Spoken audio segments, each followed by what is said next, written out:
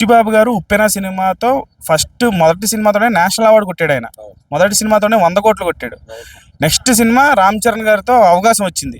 మరి ఆయన నిలబెట్టుకుంటాడా? ఎలా ఉండబోతుంది సినిమా? ఖచ్చితంగా ఖచ్చితంగా నిలబెట్టుకుంటాడు. ఏంటంటే RC16 అనే మూవీ ఒక గేమ్ గురించి, ఒక కుస్తీ పోటు గురించి తీస్తున్న సినిమా ఇది. Sports backdrop.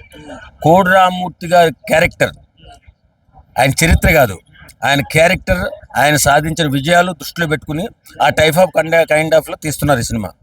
మామూలుగా ఉండదు, సెన్సేషనలే, అంత అద్భుతంగా ఉంటుంది సినిమా. రామ్ చరణ్ గారు కూడా గతంలో ఒక ఇంటర్వ్యూలో చెప్తా, రంగస్థలం కంటే మించిన సబ్జెక్ట్ నేను చేస్తున్నాను, అదే RC16 అని. రంగస్థలం కంటే మించిన స్టేట్మెంట్ ఇచ్చాడంటే అంటే ఎంత బలమైనటువంటి కథ రాసుకున్నారంటారా బుచ్చిబాబు? మామూలు బలమైన కథ కదండి, 4 సంవత్సరాలు వెయిటింగ్ అది దానికోసం.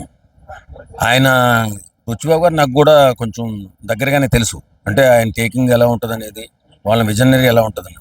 ఎప్పుడూ వాళ్ళ గురు శిష్యులు ఉన్నారు కదా, వాళ్ళ గురువు గారు సుకుమార్ గారు.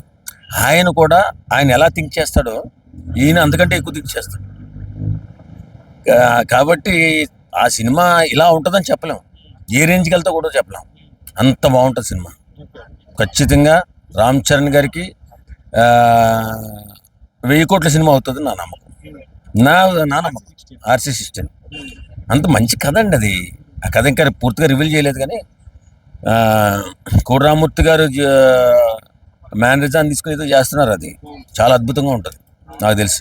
ఫిక్షనల్ అంటే ఆయన క్యారెక్టర్ ఇన్స్పిరేషన్ గా తీసుకొని ఒక ఫిక్షనల్ స్టోరీ రాస్తారు. అవునవును, అది కొడుతుంది, గట్టిగానే కొడుతుంది. మనం ఎదురు చూస్తూ ఉండడమే. ఇండియా వైడ్ సౌండ్ మామూలుగా ఉంటుంది, చాలా గట్టిగా ఉంటుంది.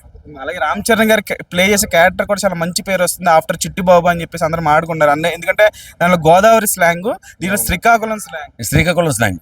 అది చాలా ప్రిపేర్ అవుతున్నారు వాళ్ళు. ఈ సినిమా మీద చాలా ఎక్కువ ఎక్స్పెక్టేషన్స్ ఉన్నాయి. సెన్సేషన్ అవబోతుంది చూడండి, రాసి పెట్టుకోండి బాక్స్ ఆఫీస్ దగ్గర. ఎందుకంటే గేమ్ చేంజర్ తో కొంచెం తగ్గాడు అని చెప్పేసి అని అంటున్నారు చాలా మంది బయట. ఆయన తగ్గల, సినిమా తగ్గింది అంతే. ఆయన తగ్గడు, ఆయన తగ్గే విషయం ఏం లేదు. సినిమా కొంచెం లాగ్ అయ్యి కొంచెం ఇబ్బంది పడింది అంతే, అంతే తప్ప రామ్ చరణ్ దగ్గర ఆయన యాక్టింగ్ అద్భుతం కదా. అందులో బ్రహ్మం ఎలా చేశాడు అసలు, గూస్ బంప్స్ వచ్చేస్తే ప్రతి సీన్లోని కూడా. కాకపోతే అంటే సినిమాలో కొంచెం ల్యాగ్ ఉందని ఆ సినిమాని కొంచెం ఆడలేకపోయింది అంతే తప్ప రామ్ చరణ్ వెనక ఎందుకు తగ్గుతాడంటే పులిబిడ్డది, ఆయన ఎందుకు వెనక తగ్గుతాడు?